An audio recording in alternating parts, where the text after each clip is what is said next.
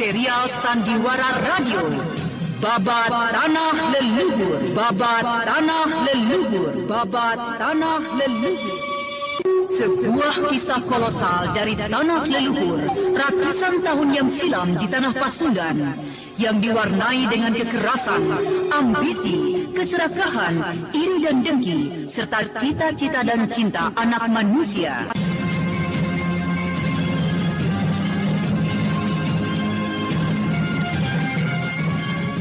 Kisah besar ini didukung oleh artis-artis terkenal Sanggar Prativi.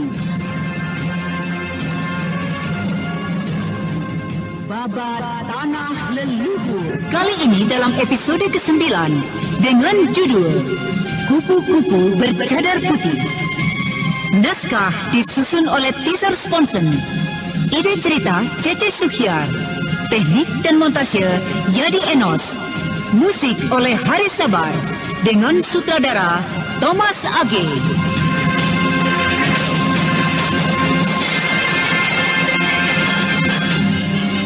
Pada seri yang ke-25 ini menampilkan Rio Sempana sebagai Raden Purbaya, Yuli sebagai Cempaka, Wenda Lubis sebagai Resi Amista, Haryoko sebagai Raden Kuda Amoksa, Mogan sebagai Arumbaka, dan pembawa cerita Neni Sumardi. Selamat menikmati.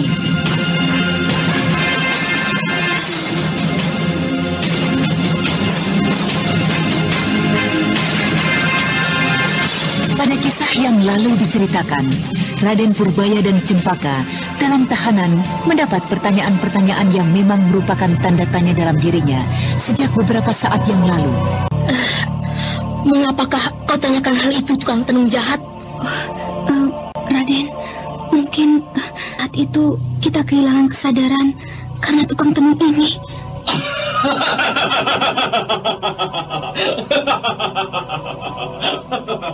Nah, kau dengar sendiri, Tuan Kuda Amoksa.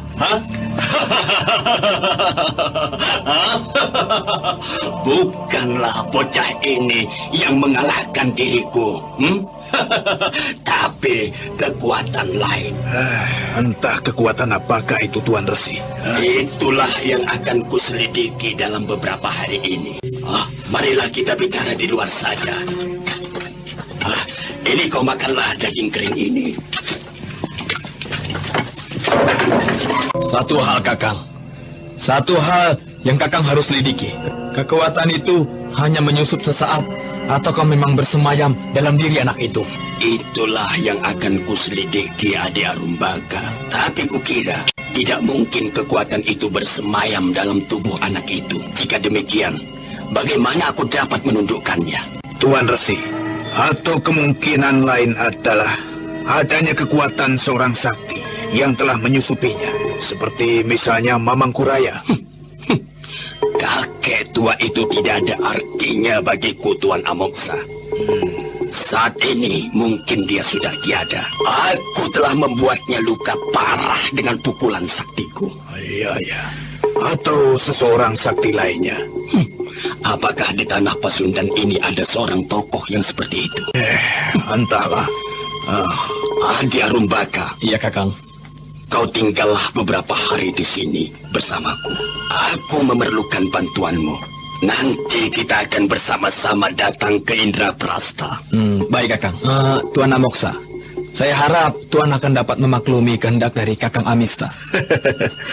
Tidak apa. Biarlah aku kembali sendiri ke Indraprasta.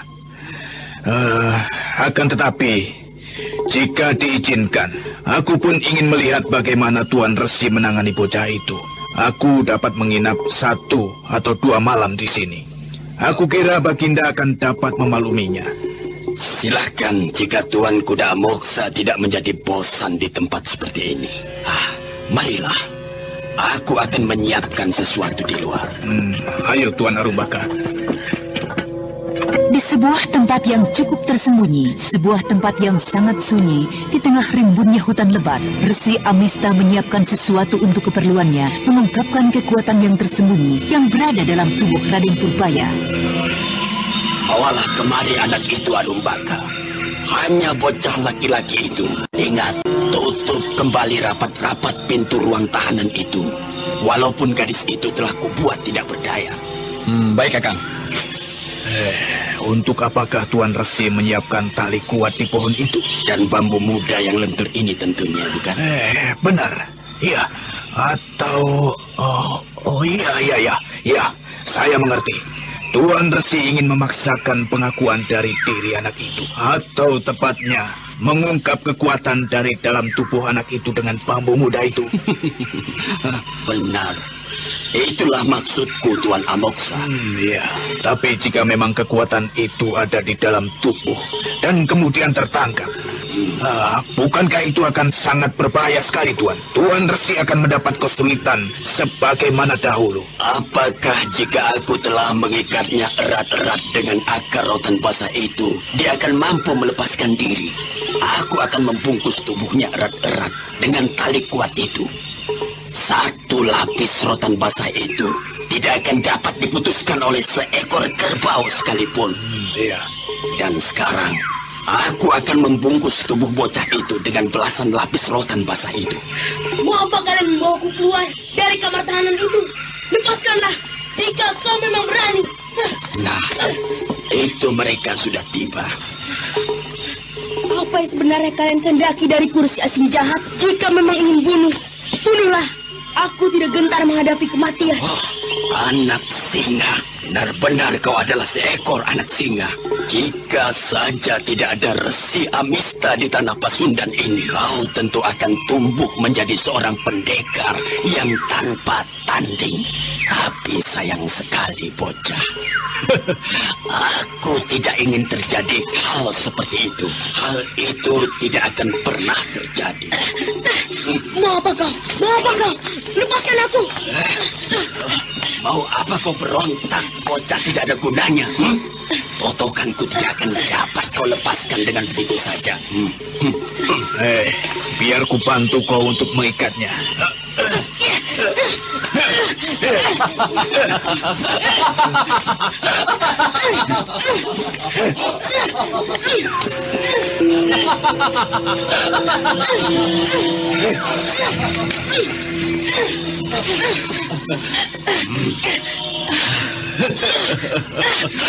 Tahukah kau, bocah, dengan kekuatannya gurumu pun tidak akan sanggup untuk memutuskan tali-tali ini sekaligus. Untuk itu kuharap kau tidak perlu membuang tenaga dengan bergerak seperti ini. Nah, bukankah begitu lebih baik? Lebih enak, bukan? Apa yang kau inginkan dari kursi asing? Tukang tenung jahat, licik, pengecut. Dewata Agung akan mengutuk dan menghukum manusia-manusia seperti dirimu. Cukup! Siapa yang mengira seorang putra raja dengan pakaian pengantin yang indah siap berangkat ke Wil Siwa Agung untuk sebuah upacara agung dan suci, kini terikat erat di sebuah hutan lebat seperti ini? Mau apa sebenarnya kau, Resiasi? Tidak, aku tidak ingin apa-apa. Hanya ini. Ya, aku tidak ingin apa-apa darimu. Hanya aku ingin memuaskan diriku dengan memukul dirimu sepuas hatiku.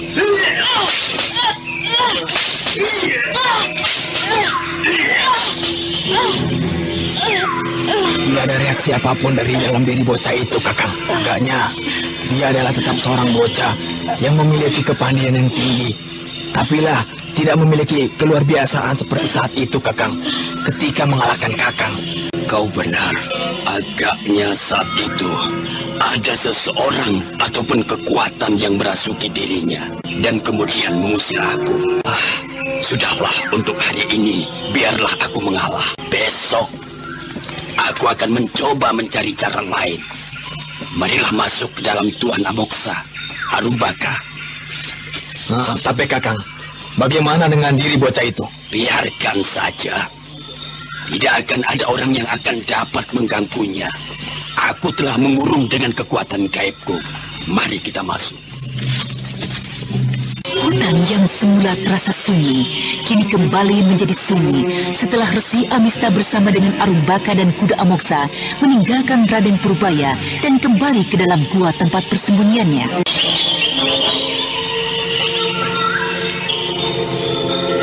Kesunyian hutan yang amat mencekam itu sekali-sekali diselingi dengan suara binatang-binatang hutan. Sementara itu, Raden Purbaya yang terikat erat di batang pohon besar sudah menjadi tak sadarkan diri. Pakaian pengantin yang indah berkilau kini menjadi pecah di sana-sini karena pukulan dari bambu muda yang sangat keras. Beberapa saat, bocah itu terikat dan tak sadarkan diri. Sementara langit siang hari mulai diliputi awan tebal, kilat pun mulai menyambar-nyambar. Dan tidak beberapa lama kemudian, hujan pun turun dengan derasnya. Bagaimana dengan anak itu? Biarkan saja. Kukira tubuhnya cukup kuat untuk menahan hawa dingin. Walaupun dalam keadaan seperti ini. Biarkan saja. Apakah Tuan Resi tidak akan memulai penyelidikan baru dengan gadis itu? Ya, aku akan mencoba kali ini dengan gadis itu. Tapi aku masih memikirkan cara yang tepat. Oh, Kakang, dengar itu, suara harimau. Oh, celaka. Perangkap gaibku tidak akan berguna untuk binatang-binatang hutan. Oh, ayo, cepat kita lihat keluar.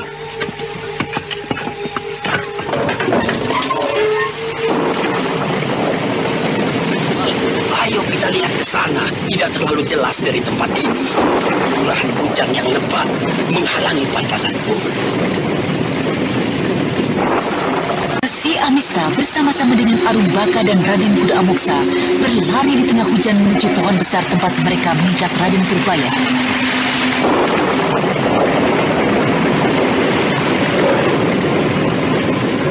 Awas, banyak sekali harimau di tempat ini, Adik Arumbaka.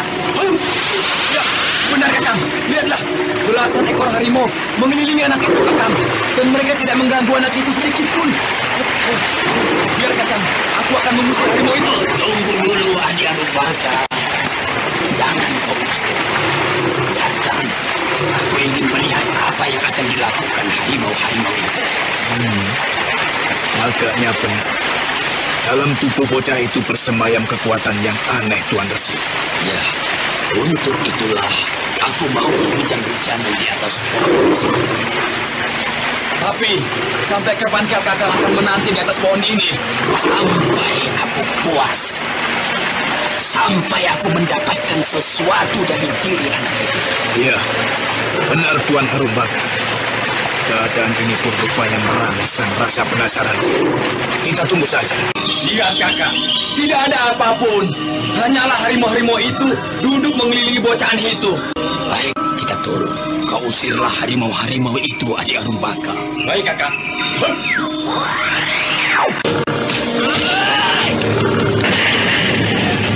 Belasan harimau yang duduk mengelilingi Raden Purbaya seketika menyerang Resi Arumbaka yang melayang menghampiri Raden Purbaya.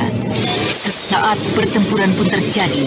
Resi yang sakti dari India itu berkelebat ke sana kemari sambil membagi pukulan-pukulannya pada harimau-harimau besar di sekitar Raden Purbaya.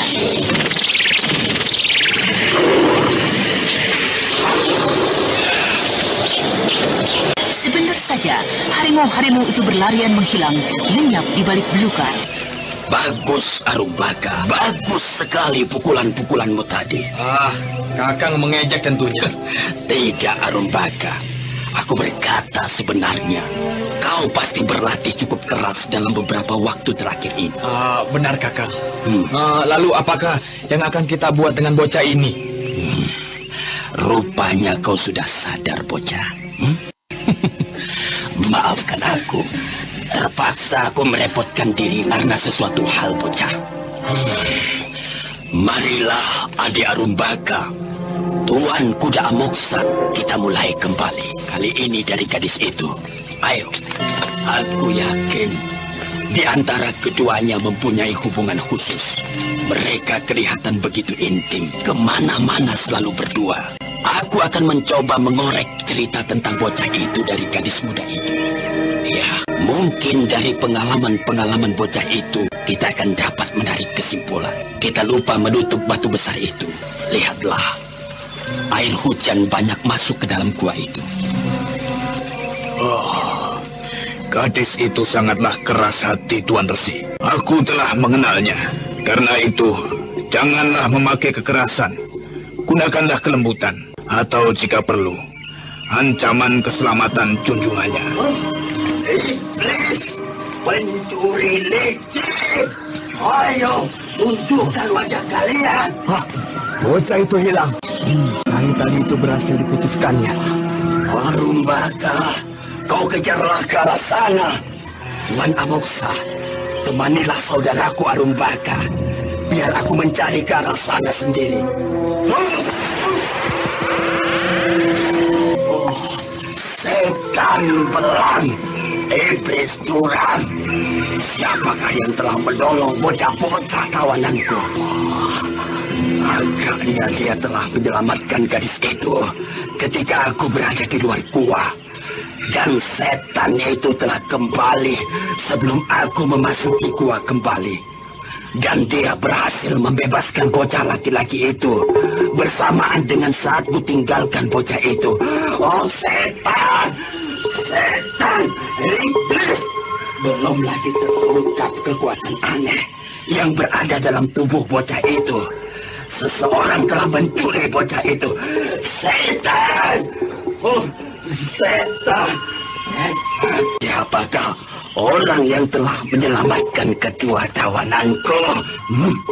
Mamang Kurayakah? Oh, apakah setan tua itu berhasil menyembuhkan lukanya? Oh, aku akan mencoba mencarinya ke bagian lain. Sekarang, marilah kita ikuti kisah dari Cempaka dan Raden Purbaya yang tiba-tiba saja menghilang dari tempatnya masing-masing. Saat itu, ketika hujan turun dengan lebatnya.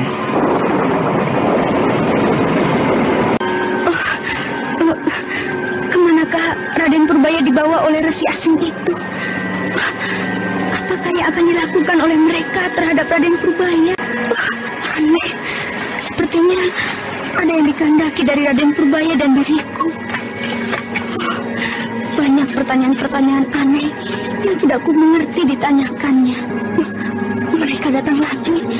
Apakah Raden Purbaya dibawanya kembali?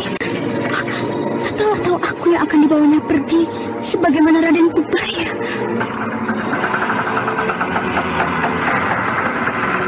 Kak! Jangan mengeluarkan suara, Cempaka. Mereka berada tak jauh dari sini. Apa yang terjadi dengan dirimu, Cempaka? Luka pukulan yang cukup parah, Kek. Ya, baiklah. Biar ku pondong saja.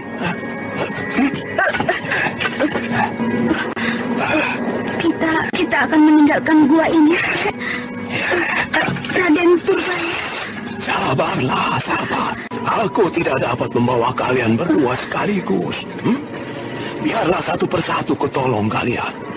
Kita berhujan-hujan sebentar. Kakek bersembunyi di tempat ini. Terlalu dekat sekali, Kek. Diamlah kau di sini. Gua ini tidak terlalu besar, tapi kau justru dapat dengan aman bersembunyi di sini. Tapi tempat ini tidak jauh dari persembunyian Resi Jahat itu, Kek. Justru itulah aku katakan tempat ini sangat aman untuk kita sementara ini. Kita bersembunyi di sini. Dan kemudian, jika ada kesempatan yang baik, kita tinggalkan tempat ini. Nah, ini, kau telanlah obat ini dulu. Ayo. Baik, Kek. Kau tunggulah di sini. Ya, aku akan melihat bocah itu dulu. Kek, Ada apa lagi? berhati-hatilah. Kepandaian Resi itu sangat tinggi. Iya. Tidak perlu khawatir. Ya, terima kasih, Cempaka.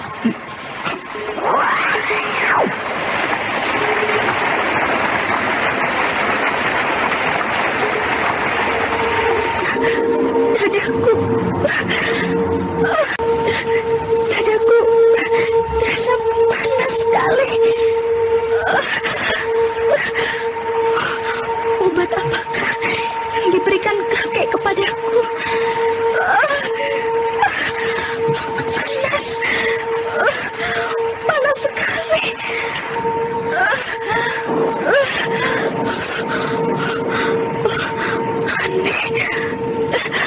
Aneh sekali. Luka di dadaku serasa berkurang sakitnya. Tapi panas.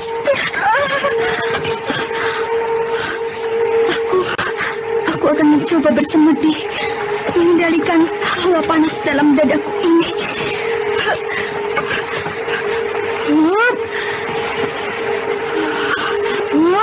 Cempaka menghimpun tenaga saktinya dan kemudian mengalirkan ke dadanya untuk mengendalikan hawa panas. Seketika itu juga Cempaka menjadi terkejut ketika merasakan hawa panas di sekitar dadanya tiba-tiba berubah menjadi hawa hangat yang menyegarkan tubuhnya. Ketika hawa saktinya mulai merambah ke sekitar dadanya yang terluka, dan luka itu pun perlahan-lahan mulai berkurang sakitnya. Luar biasa sekali pil yang diberikan oleh kakek Mamangku Raya. Tubuhku tiba-tiba menjadi segar dan tenagaku menjadi pulih kembali seluruhnya. Setelah beberapa saat bersemedi dan merasakan tubuhnya telah segar kembali, Cempaka segera membuka matanya. Dan gadis ini tiba-tiba saja menjadi terkejut dan gembira yang teramat sangat ketika melihat Raden Purbaya telah berada dalam gua kecil tempatnya bersembunyi. Mereka berada di sekitar tempat ini. Hujan sudah mulai berhenti. Jangan mengeluarkan suara terlalu keras. Mereka dapat mendengar suara kita. Raden, beristirahatlah. Ayo. Raden, apa yang telah terjadi denganmu? Mengapa tubuhmu jadi seperti ini? Entahlah, Kak. Mereka memukuliku sekendak hatinya. Kek, berikanlah pil yang seperti kakek berikan tadi pada Raden Purbaya. Pil itu hanya tinggal satu-satunya. Dan itu sudah kuberikan padamu tadi. Sayang sekali, Kek. Sudahlah. Kau tidak usah mengkhawatirkan luka Purbaya. Lukanya hanya sekedar luka luar. Tidak seperti dirimu tadi. Dalam waktu beberapa hari saja, kukira lukanya akan segera mengering, sembuh. Baringkan saja tubuhmu, Cempaka. Keadaanmu pun belum pulih benar. Saya tidak apa-apa, Kek. Biarlah saya membersihkan luka Raden Purbaya dulu. Sayang sekali. Jika saja kita dapat membersihkannya dengan air hangat.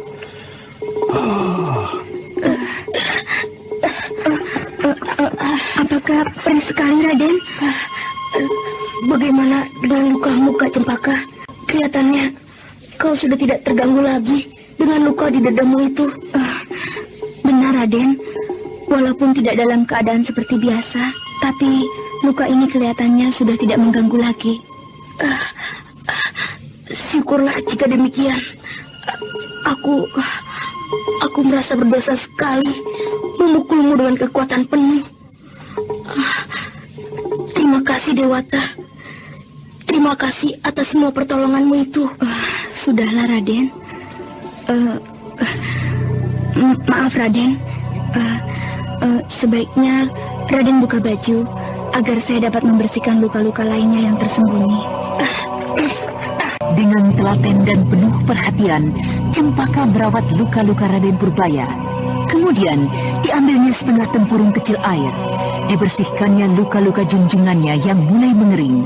Cempaka terus membersihkan luka-luka tersebut hingga seluruh tubuh bagian atas Raden Purbaya yang menjadi kotor karena daun dan tanah lumpur. Dan Raden Purbaya yang lelah dan capek itu akhirnya tertidur. Dia sudah tidur, Kek. Ya. Sekarang bagaimana keadaanmu, Cempaka? Apa kau merasa lelah? Sama sekali tidak, Kek. Saya menjadi segar berkat obat yang kakek berikan tadi. Syukurlah. Obat apa itu, Kek? Entahlah. Aku juga tidak tahu. Yang aku tahu pil itu disebut dengan nama pil sakti. Pil yang mampu menyembuhkan berbagai macam penyakit dalam. Aku mendapatkannya dari tabib sakti Ki Poho Sugala. Sayang sekali. Jika saja kakek masih mempunyai sebutir lagi, tentu penderitaan Raden Purbaya akan segera berkurang. Iya. Sayang sekali memang. Cempaka. Ada apa, Kek? Ada sesuatu yang ingin kutanyakan padamu. Sesuatu yang mengganjal dalam diriku sejak berbulan-bulan yang lalu. Apa itu, Kek? Tentang keanehan yang terjadi pada diri kalian berdua. Kau dan Purbaya. Keanehan apa itu, Kek? Apakah tentang mimpi aneh yang terjadi itu? Juga tentang kepandaian yang saya miliki yang tiba-tiba saja menjadi sama sempurna seperti yang dimiliki oleh Raden Purbaya? Iya. Masalah itu, Cempaka. Jadi rupanya yang diselidiki oleh Resi Amista dan kawan-kawannya itu pastilah keanehan-keanehan itu. Jadi rupanya tukang tenung itu mencoba untuk memecahkan keanehan itu? Tapi bagaimana mereka bisa mengetahui semua keanehan itu, Kek? Apakah bukan satu keanehan? Seorang bocah seperti Raden Purbaya, junjunganmu, mengalahkannya. Sekaligus menundukkan Haji 5 bayang-bayangnya yang tanpa tanding itu. Raden Purbaya mengalahkan Resi Amista? Apakah kakek bercanda? Apakah mereka tidak menyinggung-nyinggung soal itu? Iya. Di gerbang kota raja. Di atas gerbangnya. Benar, Cempaka. Apakah kau dapat mengingat kejadian itu? Kau dapat mengingatnya? Tidak, Kek. Hanya saya mendengar hal itu ditanyakan oleh Resi Amista pada saya dan Raden Purbaya. Iya. Aneh sekali. Bagaimana bisa sampai terjadi hal seperti itu? Nah, hal itulah yang ingin kutanyakan padamu, Cempaka. Tapi, Kek, saya tidak dapat mengingat semua itu. Bukan itu yang akan kutanyakan padamu. Tapi, perasaanmu terhadap junjunganmu. Perasaan saya? Iya. Aneh sekali. Perasaan apa, Kek? Cempaka, apakah kau memiliki perasaan lain selain kesetiaanmu serta pengabdianmu sebagai seorang hamba pada Raden Purbaya? Apakah kau memiliki perasaan lain terhadap junjunganmu itu?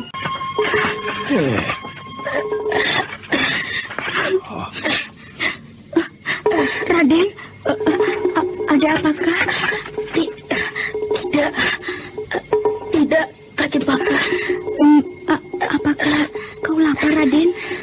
Tadi pagi kau tidak menyentuh sedikit pun daging kering itu. Ya. Baiklah, jika demikian kalian tunggulah. Aku akan mencari makanan untuk mengganjal perut kalian. Nah, jagalah baik-baik anak itu. Dan jangan sekali-kali keluar dari gua ini. Resi itu tidak terlalu jauh dari tempat ini tinggalnya. Sementara itu, di dalam hutan yang sama dan di tempat yang tidak terlalu jauh, Resi Amista tengah berkemas-kemas untuk berangkat meninggalkan tempat tinggalnya. Kita akan segera tinggalkan tempat ini. Tapi kuharap kita akan mengambil jarak dan arah yang menyimpang sedikit. Kita akan berputar, menyusuri hutan barat, baru kemudian kita menuju ke arah utara. Apakah Tuan Resi masih penasaran dengan hilangnya anak itu? Iya. Apakah ilmu orang itu terlalu tinggi hingga mampu menyelamatkan Raden Purbaya dalam waktu yang sangat singkat sekali? Hei, Belang. Ayolah kita berputar-putar di hutan ini.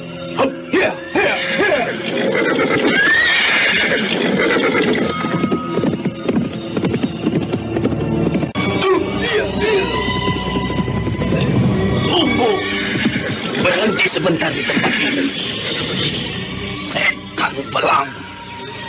Di tempat ini pasti mereka bersembunyi. Tidak mungkin lagi di tempat lain.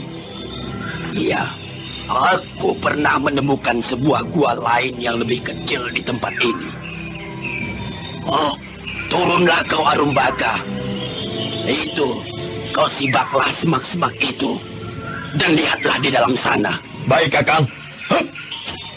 Berhati-hatilah kau Arumbaga. Jangan khawatir, Kakang Amista. Dengan langkah yang pasti, Resi Arumbaka terus saja menuju mulut gua yang tertutup semak tanpa ragu-ragu. Dan ketika Resi Arumbaka menyibak mulut gua kecil itu, sebuah pukulan yang sangat keras menyerangnya.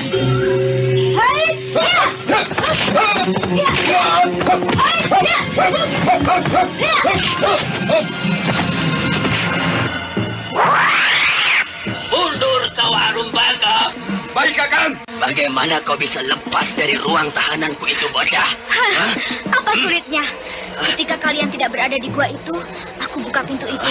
Dan kemudian kau membebaskan Raden Purbaya saat aku masuk ke dalam gua. benar. Bukankah tak ada yang sulit? Oh, lalu bagaimana kau bisa menyembuhkan luka dalam di dadamu itu? Apa susahnya? Dengan bantuan obat yang kau berikan, usahaku menjadi lebih mudah lagi. Setan, pastilah ada seseorang yang bersembunyi di dalam gua ini. Oh, aku akan menangkap kalian kembali dan akan memancing keluar setan belang yang telah membebaskan kalian. Oh, iya. Kita hadapi mereka bersama-sama, Kak Cempaka. Tapi Raden masih dalam keadaan lemah. Aku sanggup untuk melepaskan pukulan-pukulanku, Kak. Tidak ada waktu lagi untuk berembuk. Jagalah seranganku ini.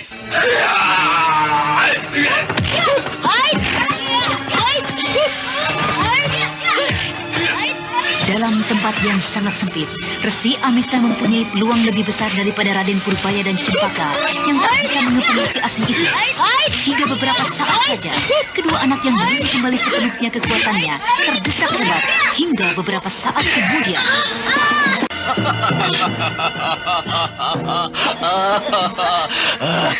Rupanya benar bocah perempuan ini melepaskan dirinya dan kemudian membebaskan sahabatnya. Arumbaga, bantu aku bawa bocah wanita itu. Kita segera berangkat. Biarlah aku akan melanjutkan penyelidikan ini di istana Indraprasta. Jadi kita langsung menuju Indraprasta. Apalagi yang akan kita cari? Kita langsung menuju Indraprasta.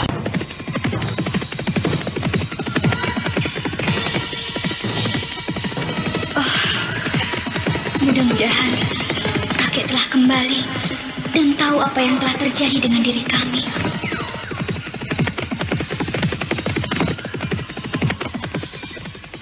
Resi Amista bersama-sama dengan Resi Arumbaka dan Raden Kuda Amoksa segera memacu kudanya menuju Indraprasta.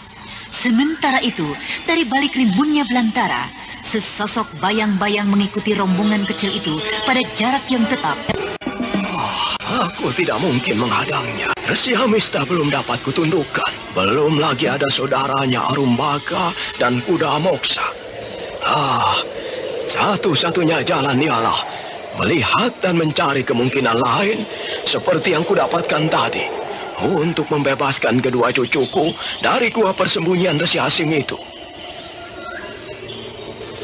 Demikianlah, rombongan itu berkuda terus-menerus hingga larut malam. Di sebuah penginapan kecil, mereka beristirahat dan pagi-pagi sekali mereka kembali melanjutkan perjalanannya. Dan akhirnya tengah hari, mereka tiba di keraton Indraprasta.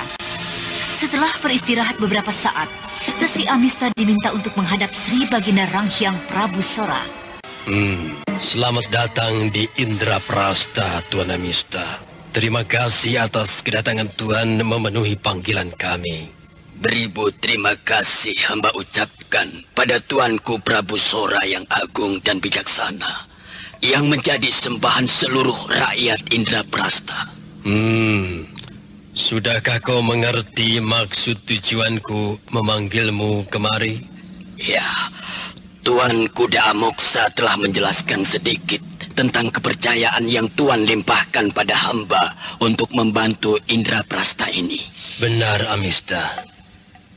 Dan aku pun telah mendengar serba sedikit tentang dirimu. Tentang kehebatan dari ilmu seberang lautan. Tentang berbagai keajaiban yang dapat kau ciptakan. Dan juga tentang aji 5 bayang-bayang yang tanpa tanding itu. Tuan Kuda Moksa terlampau melebih-lebihkan. Kepandaian hamba pasti tidak akan ada artinya jika dibandingkan dengan Banyu Cakrabuana yang sangat dahsyat itu.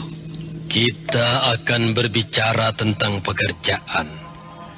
Tapi sebelumnya sebagai seseorang yang menghamba dan menjunjung tinggi ilmu dan aji kesaktian, akan sangat penasaran sekali jika aku tidak merasakan kehebatan dari kekuatan gaib Tuan Resi serta aji 5 bayang-bayang yang tanpa tanding itu.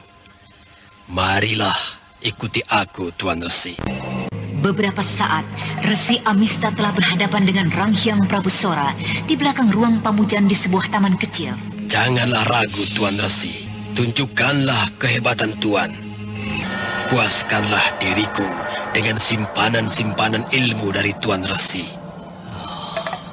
Lagi-lagi di hadapanku, benar-benar luar biasa. Aku merasakan kekuatan yang sangat hebat yang tersimpan dalam dirinya. Apakah Tuan Resi sudah siap? Baiklah, saya akan mencoba memulainya, Tuan. Pasanglah kuda-kuda Tuan dan bersiaplah. Ya, pasanglah kuda-kuda Tuan dan bersiaplah. Ya, pasanglah kuda-kuda Tuan dan bersiaplah. Ranghyang Prabu Sora tanpa sadar menggerakkan kakinya ke depan dan bersiap-siap memasang kuda-kuda. Akan tetapi, sesaat kemudian, manusia utama dari Indraprasta yang telah memiliki kepandaian yang susah untuk diukur, menyadari bahwa ia telah berhasil dipengaruhi oleh resi asing di hadapannya. Seketika itu juga, ia menarik nafas dalam-dalam, dan kemudian tenaga Banyu Cakrabuana mengalir perlahan ke seluruh tubuhnya. Dan beberapa saat kemudian, ia berhasil menarik kakinya untuk kembali tegak berdiri.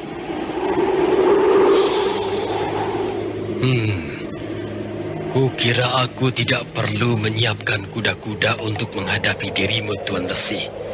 Ayo, mana kehebatanmu itu? Pasanglah kuda-kuda tuanku, karena tuanku pasti akan membutuhkannya. Pasanglah tuanku.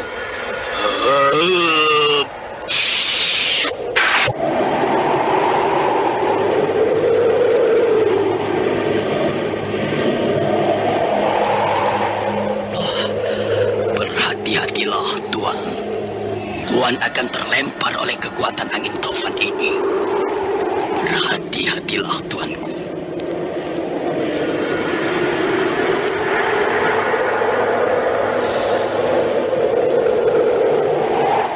Luar biasa sekali kekuatan angin yang diciptakan resi ini. Aku harus mengerahkan seluruh kekuatan tenaga Cakrabuana yang berhasil kau himpun.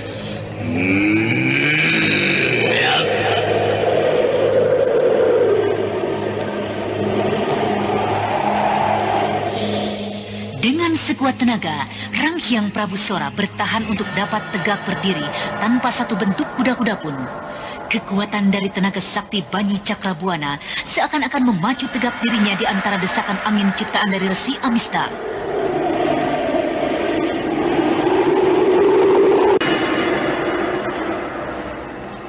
Tuanku benar-benar luar biasa. Kekuatan yang hamba miliki tidak dapat menggoyahkan kekuatan tuanku. Aku ingin melihat kemampuanmu yang lain. Ayolah, tunjukkan padaku aji 5 bayang-bayangmu itu. Iya, baiklah. Jika Tuan memang menghendakinya.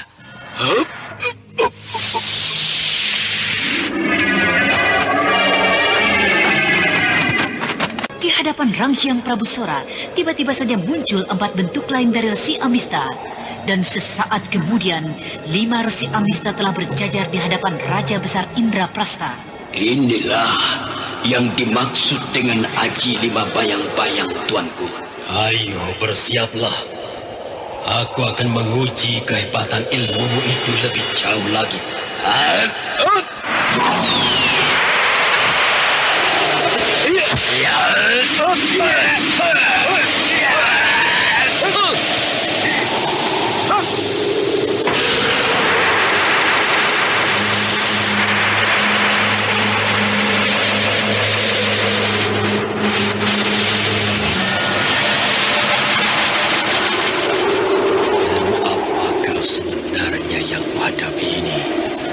Setiap bentuk yang berhasil kujatuhkan bangkit dalam beberapa saat. Benar-benar membuatku jadi penasaran. Biarlah, akan kucoba hancurkan bentuk itu dengan tenaga sakti Cakrabuanaku. Benar-benar luar biasa Aji Banyu Cakrabuana.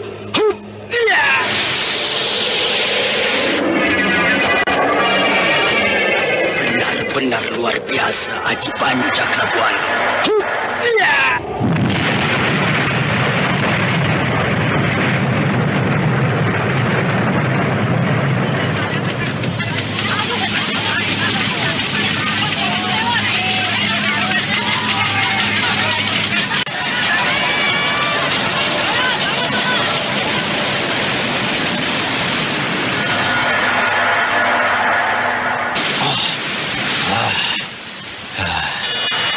Kira cukup sampai di sini saja, Amista. Aku sudah mengetahui kebenaran dari keluar biasaan aji 5 bayang-bayangmu itu. Jika tuanku tidak menghentikan, tentu tubuh hamba akan hancur bersama-sama dengan istana ini. Terima kasih, tuanku. Sekarang marilah kita kembali ke dalam. Banyak hal yang akan kita bicarakan.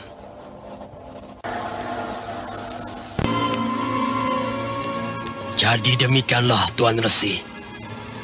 Kita akan menyerang mereka bersamaan dengan keramaian yang terjadi di sana. Kita akan melindas seluruh kekuatan Galuh pada saat mereka tidak menyadari akan serangan kita. 5 kerajaan di tanah Pasundan ini telah menyatakan kesediaannya membantu Indraprasta. Mereka semua sudah menjadi bosan dengan sikap serta kepemimpinan dari sana, saudaraku. Ya, jika hamba boleh mengetahui, keramaian apakah yang pada saat itu terjadi di Galuh? Perkawinan putrinya Nimas Kayuwangi dengan seorang pemuda yang berhasil lolos dalam sayembara menjadi jodoh beberapa saat yang lalu. Apakah tuanku sudah menentukan harinya yang tepat untuk seluruh pasukan ini bersiap-siap di sekitar wilayah Galuh? Aku tidak ingin rencana ini mengalami kegagalan. Pasukan kita akan bergerak 2 hari sebelum perkawinan itu dari Indraprasta. Dan aku memperkirakan seluruh pasukanku akan tiba pada malam terakhir sebelum perkawinan itu berlangsung. Bagaimana? Apakah sudah jelas semua rencanaku itu? Jelas, tuanku. Tapi tuanku, apakah hamba dapat mengurung diri beberapa saat di pondokan yang telah tuanku berikan? Apakah yang akan kau lakukan, Amista? Ada sesuatu pekerjaan yang cukup penting untuk hamba kerjakan. Apakah itu? Jika aku boleh mengetahuinya. Hamba sedang mencoba mengungkap sesuatu dalam diri seorang bocah. Seorang bocah? Ya, seorang bocah yang telah mampu menundukkan aji 5 bayang-bayang hamba. Apa katamu, Amista? Seorang bocah berhasil menundukkan aji 5 bayang-bayangmu?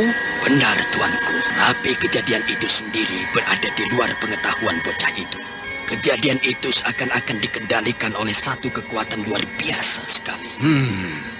Luar biasa sekali, Amista. Jika aku boleh mengetahui, Siapakah bocah itu?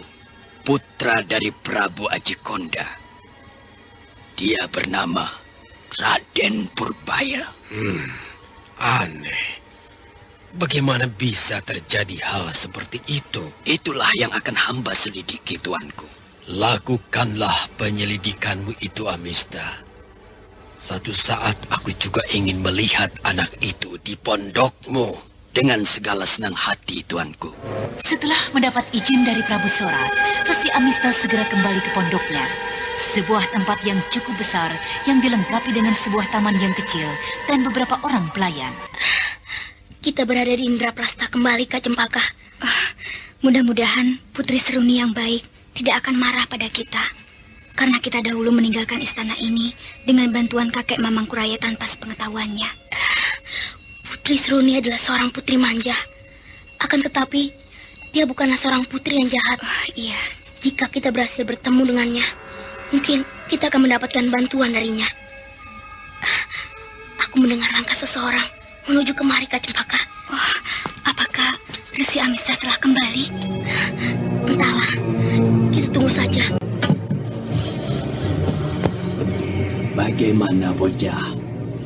Apakah luka bekas cambukan di tubuhmu masih terasa sakit? Bagaimana, bocah?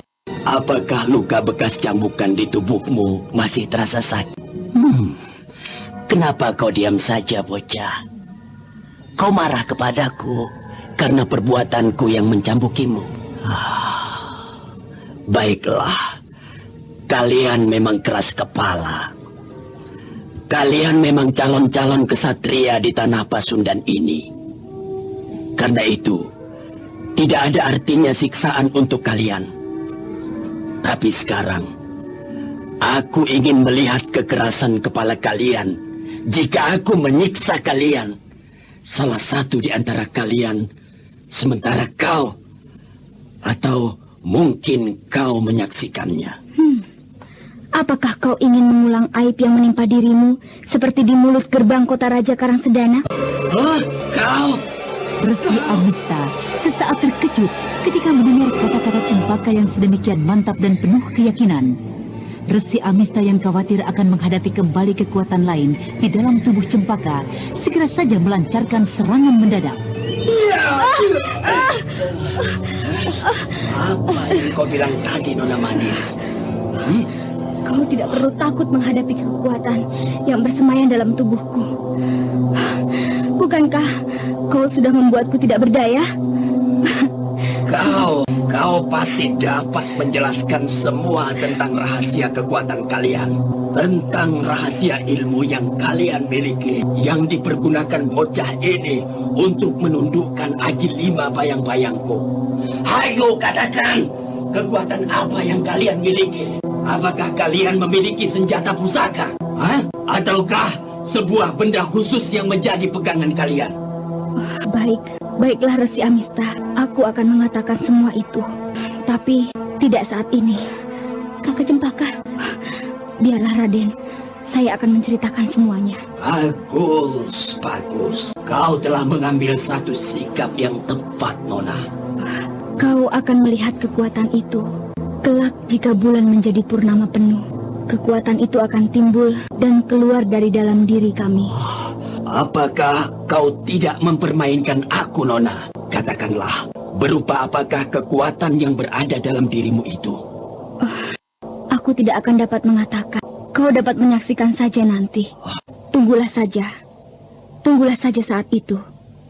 Dan semua akan menjadi semakin jelas untukmu. Baiklah, aku akan menunggu saat itu.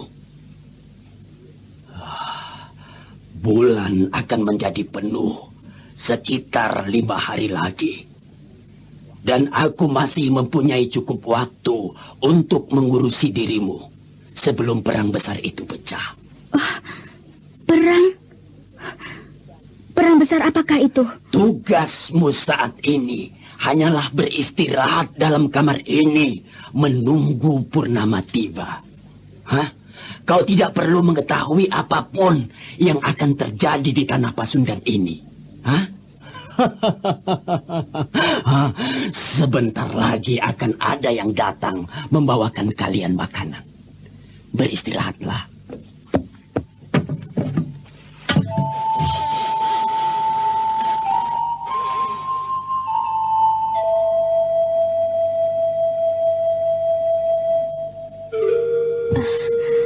Kakak Cempaka, apakah yang tadi kakak bicarakan? Entahlah, Raden. Agaknya itu adalah satu-satunya cara untuk menghindarkan siksaan dari resi jahat itu. Tapi, bukankah dia akan menjadi semakin berang bila kelak merasa dibohongi oleh Kak Cempaka? Iya. Tapi selama waktu yang cukup lama itu, kita akan dapat mencari akal untuk menyelamatkan diri. Ya, atau setidak-tidaknya kakek akan dapat menyelamatkan kita. Berbahaya sekali. Tapi, ya, saya kira memang itu adalah satu-satunya jalan terbaik. Dan kita akan berusaha untuk segera meninggalkan tempat ini sebelum purnama tiba.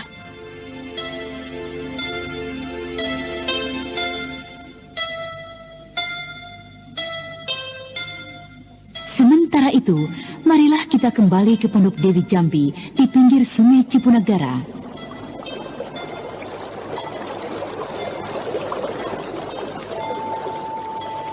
Pada kisah yang lalu diceritakan, Dewi Jambi dan Anting Wulan telah berhasil mendapatkan rumput langit dari Rawa Maut untuk kesembuhan Raden Sakapalwaguna. Setibanya di pondok, Dewi Jambi segera saja masuk ke dalam biliknya melihat Raden Sakapalwaguna. Entah apa yang akan segera terjadi setelah kesembuhanmu, anak muda. Semoga saja prahara itu tidak akan melindas hancur cucuku, Neng.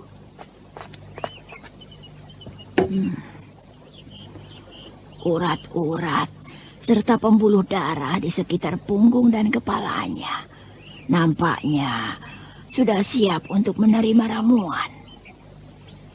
Semua pembuluh darahnya telah mengembang dan siap untuk menerima ramuan itu.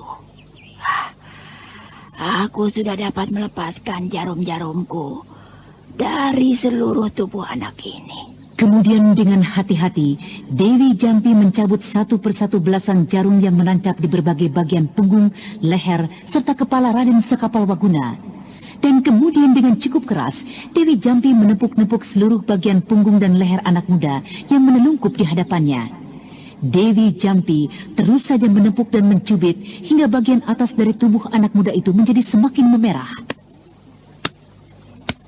Dewi Jambi terus menepuk hingga Neng yang diminta untuk meracik serta menggodok ramuan itu tiba. Ini, Nek. Ramuannya telah saya kerjakan sesuai dengan perintah Nenek. Bagus. Cukup halus rumput itu kau tumbuk. Sekarang kau duduk di hadapanku. Bantu aku untuk menarik dan membuka kedua tangannya hingga terpentang. Baik, Nek. Dan kau bantu aku mengusapkan ramuan ini perlahan-lahan ke bagian lengannya yang berada di dekatmu. Tapi sebelumnya kau ambillah mangkuk kecil itu untuk memisahkan sebagian ramuan ini untuk diminumnya nanti. Baik, Nek.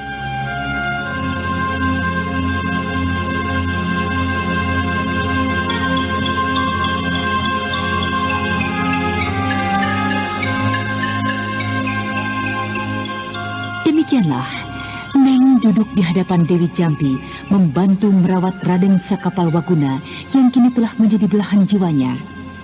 Dengan hati-hati sekali, Neng mengusapkan ramuan rumput langit ke seluruh lengan suaminya. Demikian juga Dewi Jambi mengusapkan ramuan itu ke seluruh punggung, leher, bahkan kepala Raden Sakapalwaguna. Dan setelah merata, diusapkannya ramuan itu ke seluruh bagian atas tubuh pemuda itu. Dewi Jambi menelentangkan Raden Sakapalwaguna dan memasukkan ramuan itu ke dalam mulut pemuda yang berada dalam keadaan tak sadarkan diri. Kau coba masukkanlah ramuan ini perlahan-lahan. Aku akan mencoba membuka urat-urat sekitar leher dan mulutnya yang tidak bekerja.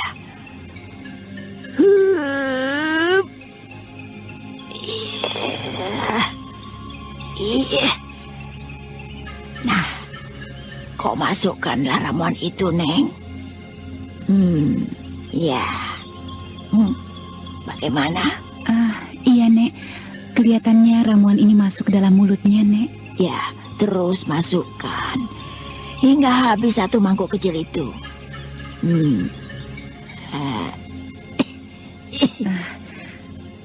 Habis, Nek. Bagus. Bagus, Neng. Nek, apakah setelah tersadar Kakang Saka akan segera sembuh, Nek? Iya. Ia akan segera sembuh. Akan tetapi, kita harus menunggu reaksi obat ini dulu beberapa saat lagi. Reaksi? Reaksi bagaimana, Nek? Reaksi pembakaran. Pembakaran terhadap sisa-sisa racun perampas ingatannya dengan hawa panas dari rumput langit itu. Saraf-saraf halus yang semula tidak bekerja akan kembali bekerja. Dan hal tersebut membuat kembali ingatan dari Kakang Sakamu. Bukan Kakang Saka saya, Nek. Ya, aku mengerti, cucu.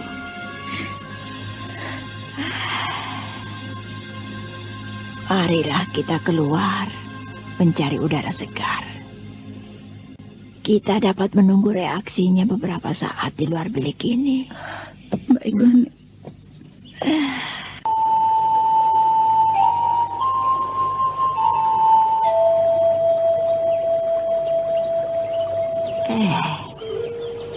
Di mana mereka?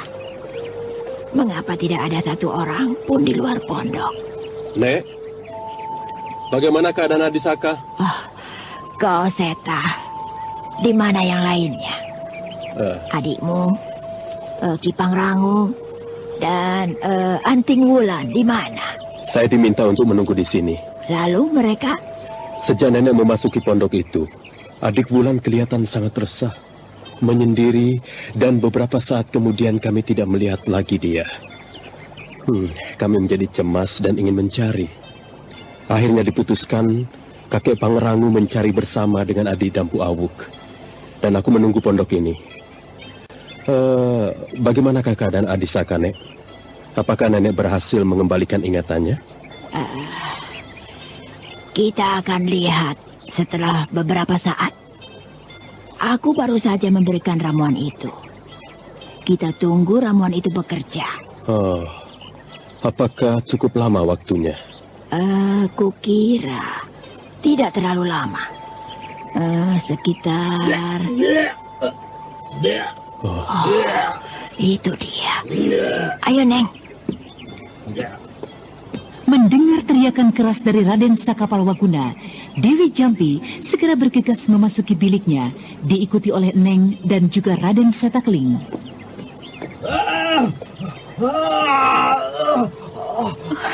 Nek, kasihan sekali Kakang Saka. Tolonglah, Nek. Tenanglah, Neng. Tenanglah. Justru inilah yang sedang kita tunggu-tunggu. Biarkan saja obat itu bekerja. Panas! Tolong! Panas! Raden Sakapalwaguna berteriak-teriak melolong-lolong. Rasa panas yang seakan-akan membakar tubuhnya serasa sudah tak tertahankan lagi. Pemuda perkasa murid dari padepokan Gua Larang itu kemudian berguling-guling di lantai bilik. Sementara itu, Dewi Jampi melarang satu orang pun untuk menolongnya sampai akhirnya. Nek, dia tidak sadarkan diri, Nek. Biarkan saja, Nek.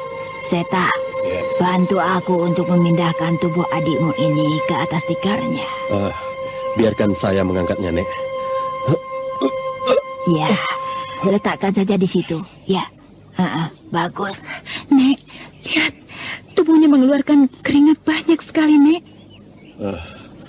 Apakah ia akan segera sadar, Nek? Ya, sebentar lagi ia akan sadar.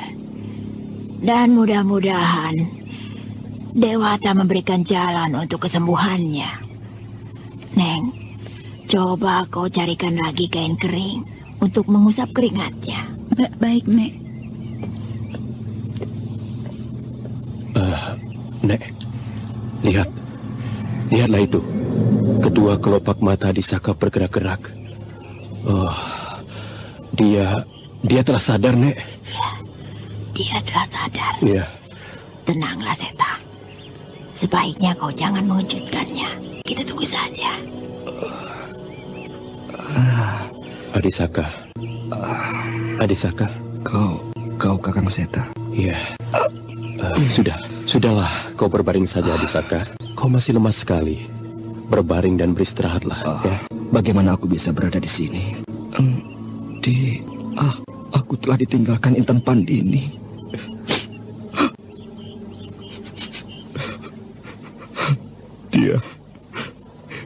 Dia telah tewas karena aku.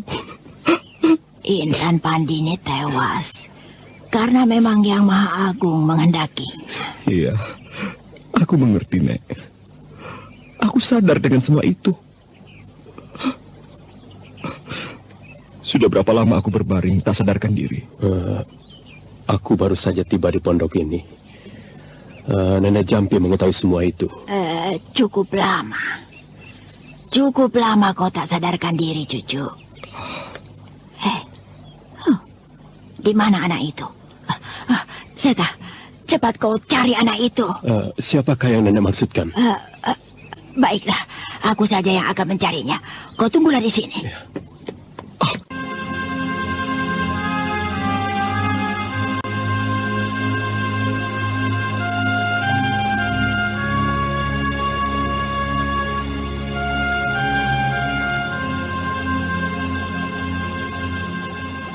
Ada apa, Kakang? Siapakah yang dicemaskan oleh Nenek Jampi? Neng! Di mana kau, Neng? Neng! Kembalilah! Neng! Kakang Saka, ada apa ini? Sepertinya telah terjadi sesuatu saat aku tak sadarkan diri. Entahlah. Aku tidak tahu, Adisaka. Kakang. Ya. Ada apa? Janganlah mencoba untuk menyembunyikan sesuatu dariku. Mengapa Kakang berada di sini? Bersama siapa Kakang kemari? Eyang Gurukah? Aku kemari bersama dengan Adi Dampu Awu. Adi Dampu Awu? Iya. Di mana ia sekarang? Dia sedang... entahlah. Dia sedang keluar. Kakang. Baiklah. Jangan bangkit, Adisaka. Jangan. Beristirahatlah kau. Kau sangat membutuhkan sekali itu. Biarkan aku keluar dari bilik ini. Lepaskan aku, Kakang. Lepaskan aku. Biarkan aku keluar dan melihat apa yang terjadi dengan Nenek Jampi. Sabarlah, Adisaka. Sabarlah. Baiklah. Lepaskan. Aku akan menceritakan semuanya pada dirimu. Kakang, lepaskan. Ya. Kurasa juga memang sudah saatnya kau mengetahui apa yang sudah terjadi dengan dirimu. Nah, ceritakanlah, Kakang. Apa yang telah terjadi? Apa yang dicemaskan oleh Nenek Jampi? Adisaka, apakah kau mengetahui berapa lama kau tidak sadarkan diri? Apa perlunya kau tanyakan itu, Kakang? Hal itu berhubungan erat dengan banyak hal yang perlu untuk kau ketahui. Tidak. Aku tidak tahu. Ceritakanlah, Kakang. Ceritakanlah apa yang telah terjadi dengan diriku. Baiklah, Adisaka. Ketahuilah, kau berada dalam keadaan tidak sadarkan diri selama kurang lebih 1 purnama. Ya. Kau berkata sungguh-sungguh, Kakang. Aku mendapat tahu semua ini dari Nenek Jampi dan juga Adik Wulan. Adik Wulan. Anting Wulan. Ya. Ketahuilah, selama 1 purnama, kau tidak berbaring seperti yang kau bayangkan itu. Tapi kau bekerja. Kau berkelana ke sana kemari. Kau akan membuatku gila, Kakang. Kau berdusta. Katakan, Kakang, bahwa kau telah mendustaiku. Semua kata-katamu itu adalah tidak benar. Kau tinggalkan pondok ini sebulan yang lalu dalam keadaan tubuh yang belum bersih. Ya, belum bersih dari segala racun perampas ingatan yang diberikan oleh Dika Anggara. Ya, aku ingat. Aku ingat itu semua, Kakang. Aku tinggalkan makam kekasihku Intan Pandini. Dan kemudian kau bertemu dengan Anting Wulan, bukan? Iya. Kau benar, Kakang. Kakang. Ya. Coba ceritakanlah terus apa yang telah terjadi dengan diriku. Ceritakanlah, Kakang. Satu persatu dan secara rinci, Raden Setakling menceritakan semua hal tentang kisah Raden Sakapalwaguna adiknya. Dan ketika kisahnya tiba pada cerita tentang perkawinannya dengan Neng, Raden Sakapalwaguna seketika terlonjak. Apa? Jadi akhirnya aku menikah dengan Neng? Dengan sahabat kekasihku Intan Pandini? Iya, benar Adisaka. Semua itu terjadi sepertinya memang sudah dikehendaki oleh Dewata. Mereka tidak mungkin menolak lagi permintaanmu yang berada dalam keadaan lupa ingatan itu. Karena hal itu akan sangat berbahaya sekali. Pukulan batin akibat kematian Intan kekasihmu benar-benar membuatmu lupa diri. Jadi aku telah menikah dengan Neng. Aku telah menikah dengannya. Iya. Di mana dia? Tentunya berat sekali pengorbanannya. Pengorbanan wanita itu. Aku telah membuatnya menderita terlalu dalam. Kakang Seta, di mana dia, Kakang? Adisaka, Dewi Jampi menjadi khawatir dengan keadaan dirinya. Lalu dia pergi mencarinya. Apakah yang dilakukannya, Kakang? Kakang, kita harus segera mencarinya, Kakang.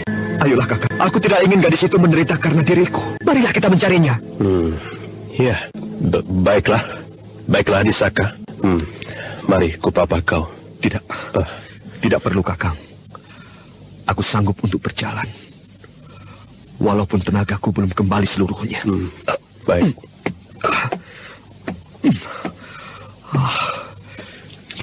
Di mana Adik Wulan? Bukankah kau tadi mengatakan ia ada bersamamu, Kakang? Juga di Dampu Awuk. Mungkin ia ada bersama Dewi Jampi untuk mencari Neng. Kemana kita harus mencarinya, Adisaka? Kita akan kitari daerah ini, Kakang. Kita mulai dari sebelah utara kuburan Intan Pandini. Kemudian kita melingkar ke pinggir sungai Cipunagara.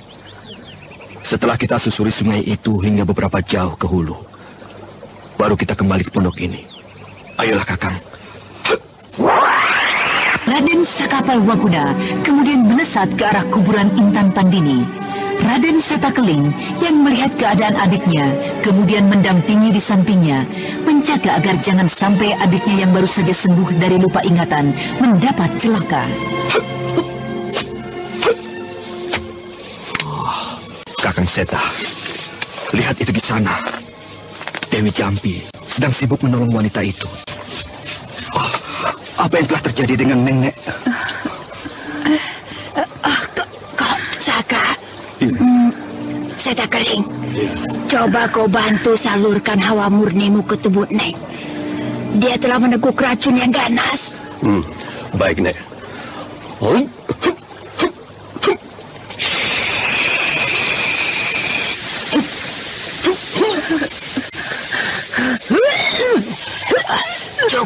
Cukup, Seta.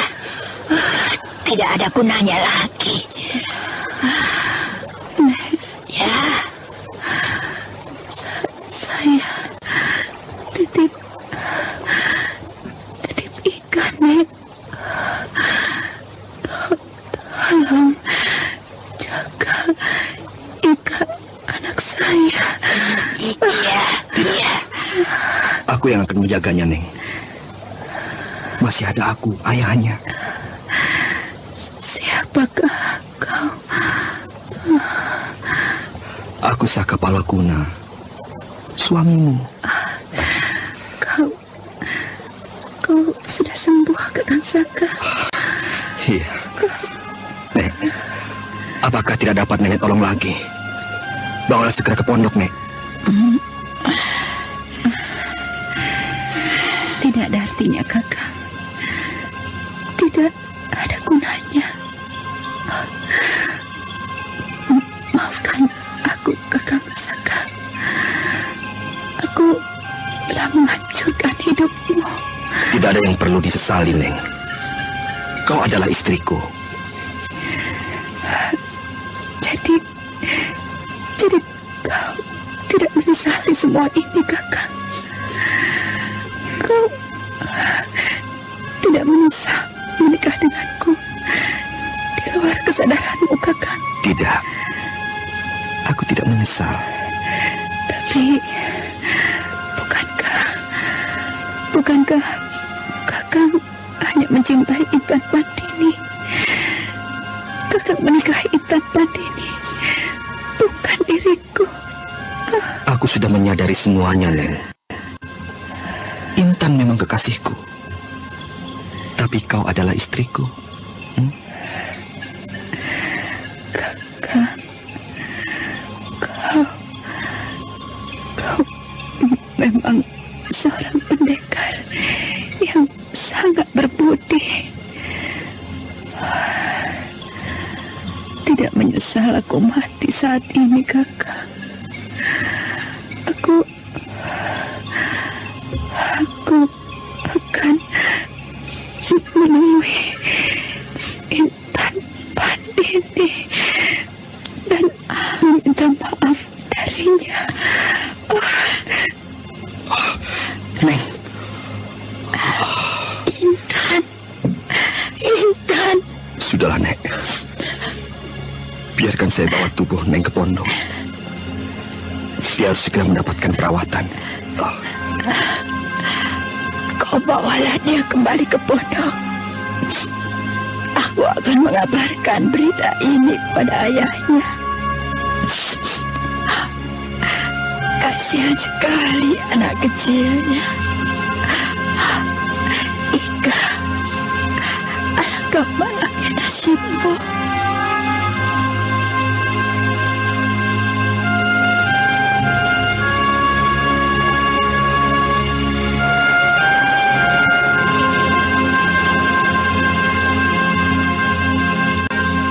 Raden Sakapalwaguna segera membawa Neng kembali ke pondok.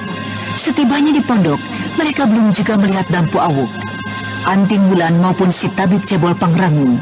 Setelah meletakkan jenazah Neng, Raden Sakapalwaguna maupun Raden Setakling hanya dapat duduk termangu menatap pada tubuh yang terbujur kaku di hadapannya.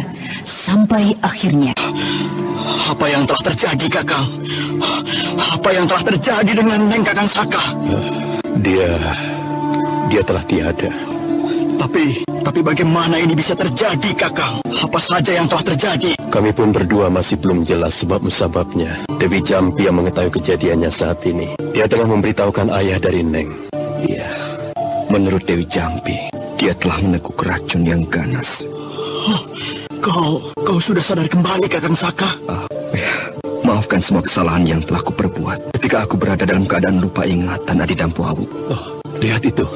Ada seekor kuda menuju kemari. Lihat itu. Nenek Jampi mengikutinya dari belakang. Iya. Itu adalah ayahnya, Neng. Dan marilah kita menyingkir keluar, Kakang. Neng, apa yang telah terjadi dengan dirimu, nak? Neng, apa yang telah terjadi, nak? Kenapa kau begini, nak? Beberapa saat setelah Dewi Jampi dan ayah Neng tiba, kemudian bermunculanlah belasan laki-laki maupun perempuan dari desa tempat tinggal ayah Neng, lengkap dengan berbagai macam perlengkapan upacara adat penguburan. Sementara ayah Neng dengan para penduduk mengurusi jenazah Neng, Dewi Jampi duduk di samping rumahnya ditemani dengan Raden Sakapalwaguna, Raden Setakling, si tabib cebol serta Dampu Awuk. Nek, apakah nenek dapat menceritakan sebab-musabab kejadian itu? Kenapa Neng bisa sampai meneguk racun?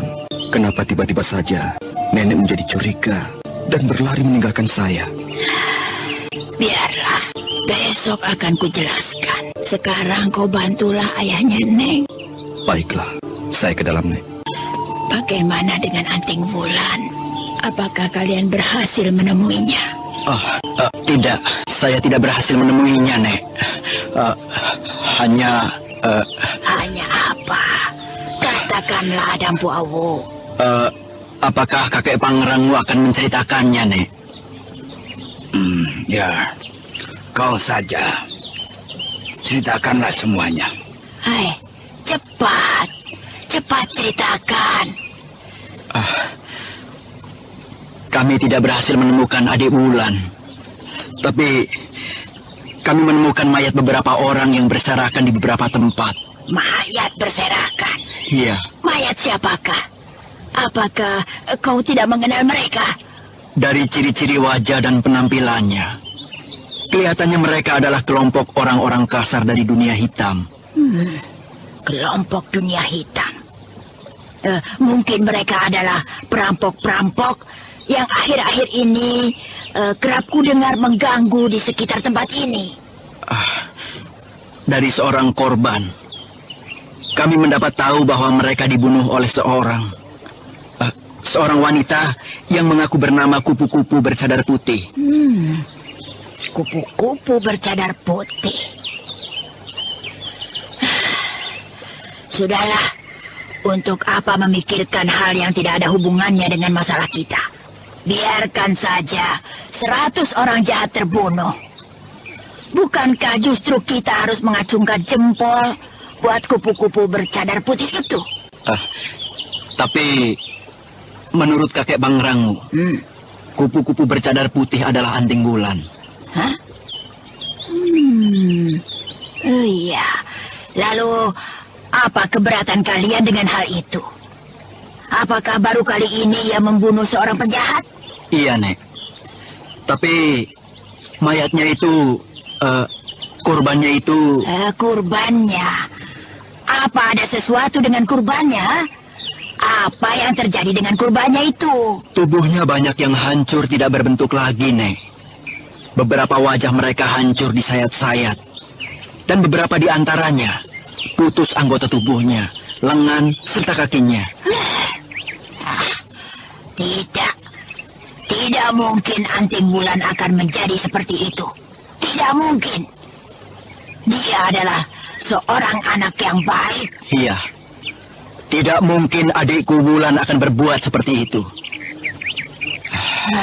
Bang Rangu. Kenapa? Bagaimana kau bisa tahu bahwa kupu-kupu bercadar putih adalah anting Wulan? Ya, orang-orang Indraprasta mengatakannya begitu. Bahwa orang yang mengaku bernama kupu-kupu bercadar putih itu datang saat tengah malam dan membebaskan diriku. Dan orang itu kemudian membawaku ke pondok ini, begitu. Apa yang telah terjadi dengan dirinya? Mengapa ia tidak hadir saat aku menyembuhkan tahap akhirnya? Adik Wulan sangat mencintai Kakang Saka. Iya, aku pernah mendengar hal itu dari Intan Pandini. Tapi mengapa dia tidak berani hadir? Macam-macam saja. Mungkin dia tidak ingin mengecewakan Neng dengan kehadirannya. Iya, benar Adi Dampu Awuk. Aku pernah mendengar sendiri betapa kalutnya hati anak itu. Dia jauh-jauh datang membawa kakek Pangrangu. Tapi setibanya di sini Adi Saka telah menikah. Dia menjadi serba salah. Jika berkeras memaksakan kehendaknya untuk mengobati Adi Saka, itu berarti sama saja dia hendak menghancurkan keluarga Neng. Dan jika membiarkan Kakang Saka, rasanya tidak mungkin. Anak itu sedang berada dalam kekalutan hati. Setelah selesai upacara penguburan besok, jika dia masih belum juga datang, kalian harus mencarinya. Tapi kudanya berada di sini. Kukira dia pasti akan datang kembali kemari. Tapi apakah ia akan memperdulikan kudanya? Saya kira pasti. Karena kuda yang ada di belakang pondok ini adalah kuda yang sangat luar biasa. Aku khawatir dia tidak akan berani menampakkan wajahnya kemari. Ya, aku khawatir dia menjadi sungkan untuk bertemu dengan kakangnya, Raden Saka Palwaguna, yang sangat dicintainya. Biarlah aku ke dalam melihat persiapan upacara itu. Lembayung senja yang menghiasi angkasa raya perlahan-lahan memupus dan kemudian sirna sama sekali. Dan langit pun perlahan-lahan mulai diselimuti oleh sayap sang dewa malam. Dan dalam keremangan malam itu, Raden Setakling duduk melamun. Sementara itu matanya asik mengembara menjelajahi gelapnya sudut-sudut malam. Belum terlalu jauh Raden Setakling terlena dalam lamunannya. Tiba-tiba kepekaan indranya terusik oleh sesuatu bayang-bayang putih dan gemerisik semak di kejauhan. Aku melihat bayang-bayang putih yang sangat mencurigakan. Itukah kupu-kupu bercadar putih? Akan kucoba menangkapnya.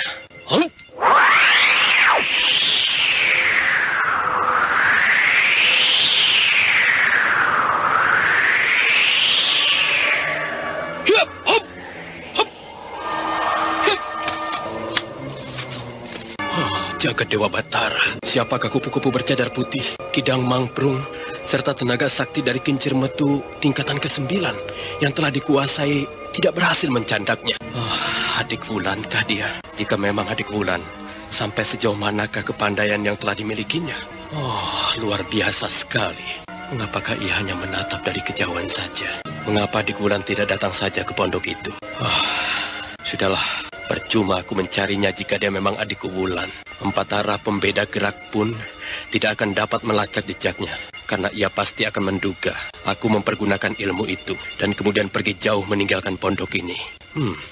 Sebaiknya aku kembali saja ke pondok Dewi Jampi.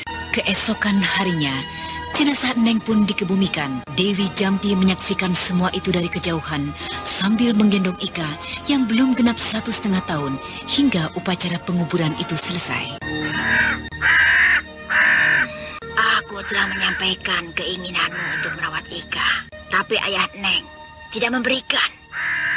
Dia betul. Kau adalah seorang petualang, seorang pendekar yang selalu mengembara dari satu tempat ke tempat lain, yang selalu menghadang berbagai bahaya dan kesulitan.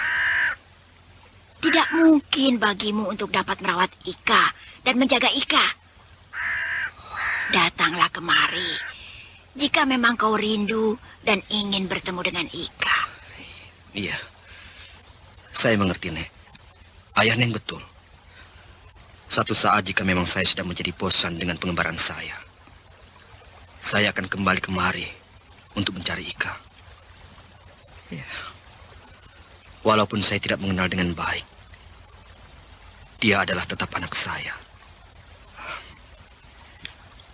Saya berangkat, Nek. Menemani Adik Dampu Awu ke Istana Galuh. Ya, berangkatlah. Tapi jangan lupa, carilah kabar tentang Anting Wulan, saudaramu. Seandainya saya mempunyai waktu, tentu ingin sekali saya mengantarkan kakek kembali ke pinggir Sungai Cimendung. Tidak apa-apa. Aku masih rindu dengan Bibi Jampi, ya. Karena itu, aku memutuskan untuk tinggal beberapa lama di tempat ini bersama-sama dengannya. Ya. Baiklah, jika demikian, saya akan permisi, Nek. Oke. Ya.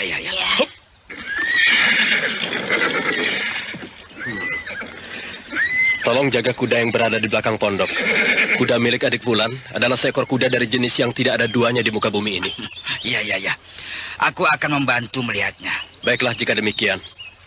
Mari Adi Dampu Awuk, Adi Saka. Selamat tinggal.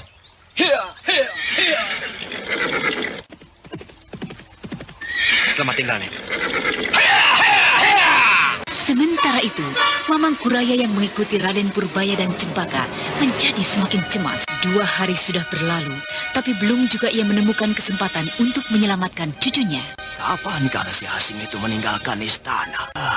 Satu-satunya kesempatan yang dapat kulakukan adalah pada saat Resi tukang tenung itu tidak berada dekat kedua cucuku. Ya, jika aku memaksakan diri, mungkin hanya celaka yang akan kudapatkan. Karena selain Resi Amista, di dalam istana itu ada Baginda Prabu Sora yang memiliki kepandaian yang tinggi. Kesibukan kota Raja Indraprasta benar-benar luar biasa. Entah apa yang tengah dipersiapkannya, hingga Resi Amista itu pun ditarik ke Indraprasta. Baiklah, aku akan mencoba menyelidikinya di sekitar istana itu. Aneh, Agaknya sejak 2 hari yang lalu aku tidak menemukan satu orang pun pengemis tongkat merah. Apakah anggota-anggotanya sedang ditarik oleh pimpinan pusatnya ke suatu tempat? Aku akan mencoba menyelidikinya ke dalam. Jika hingga malam ini aku tidak melihat resi itu meninggalkan istana, ya, aku akan mencobanya. Apapun yang akan terjadi dengan diriku.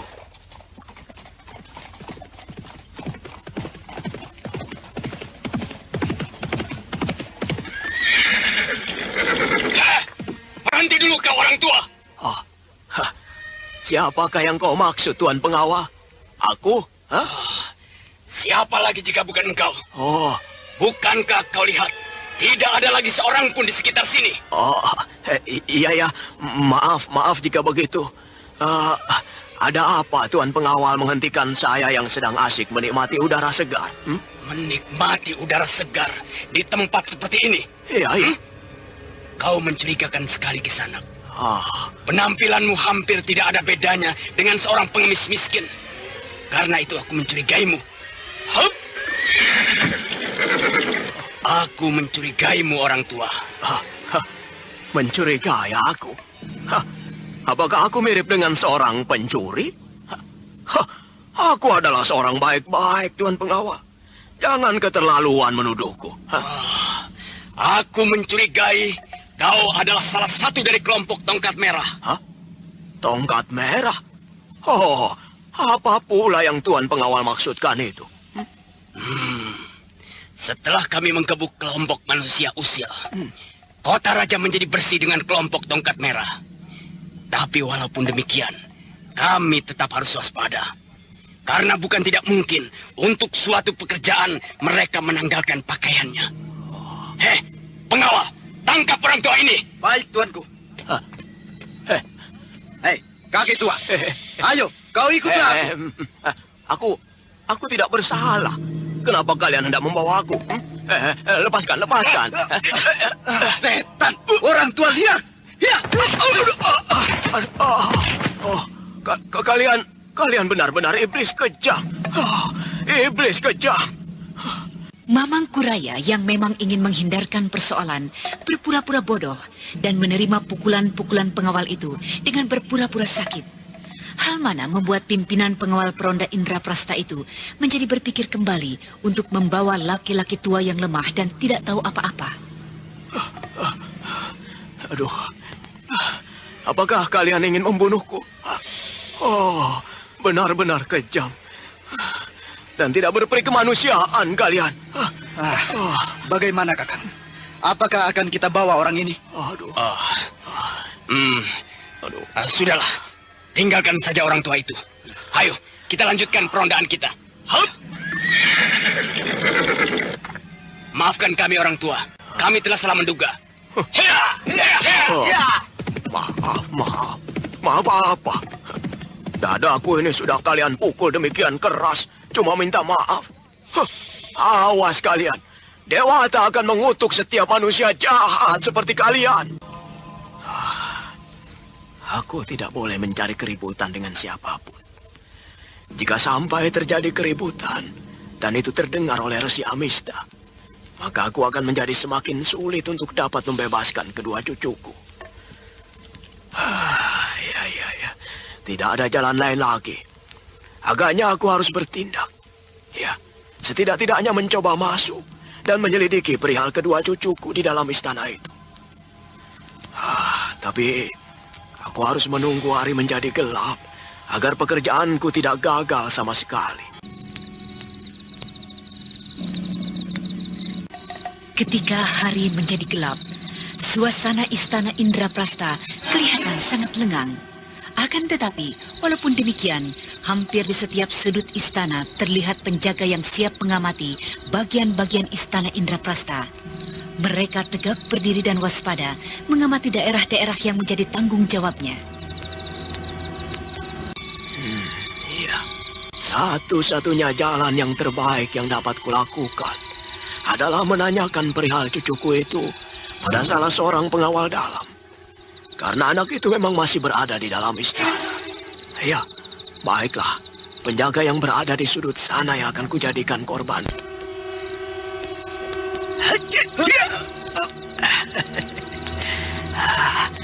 Aku memerlukanmu Kisanak. Ayo, marilah ikut aku keluar sebentar. Yep.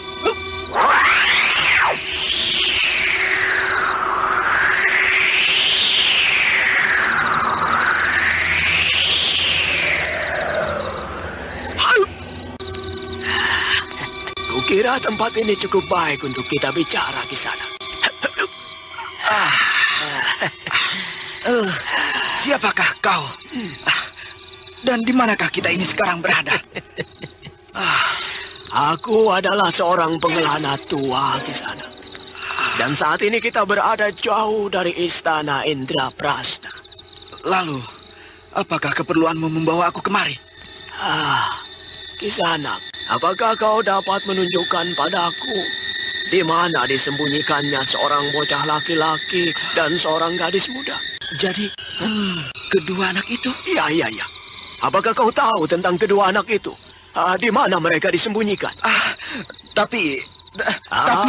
kukira sebaiknya kau ceritakan saja Kisanak. Aku tidak ingin menyakiti dirimu.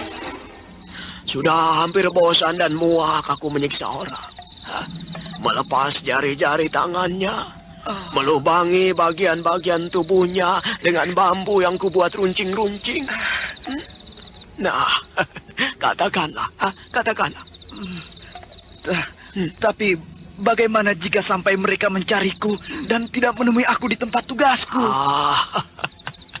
Banyak hal yang dapat kau lakukan.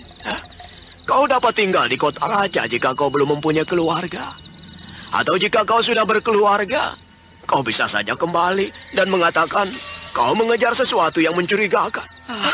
Kau mengejar sampai jauh keluar kota raja. Tapi Kisanak... Sudah. Katakanlah Kisanak. Aku khawatir aku tidak dapat lagi menahan kesabaranku. Baiklah Kisanak. Kedua anak itu... Kedua anak yang dibawa oleh Resi Amista ada di dalam tempat tinggalnya Kisanak. Di mana? Di sebuah pondokan indah di sebelah kanan kompleks istana. Terima kasih Kisanak. Terima kasih. Nah, aku pergi. Totokanku itu akan segera hilang setelah beberapa saat. Yup.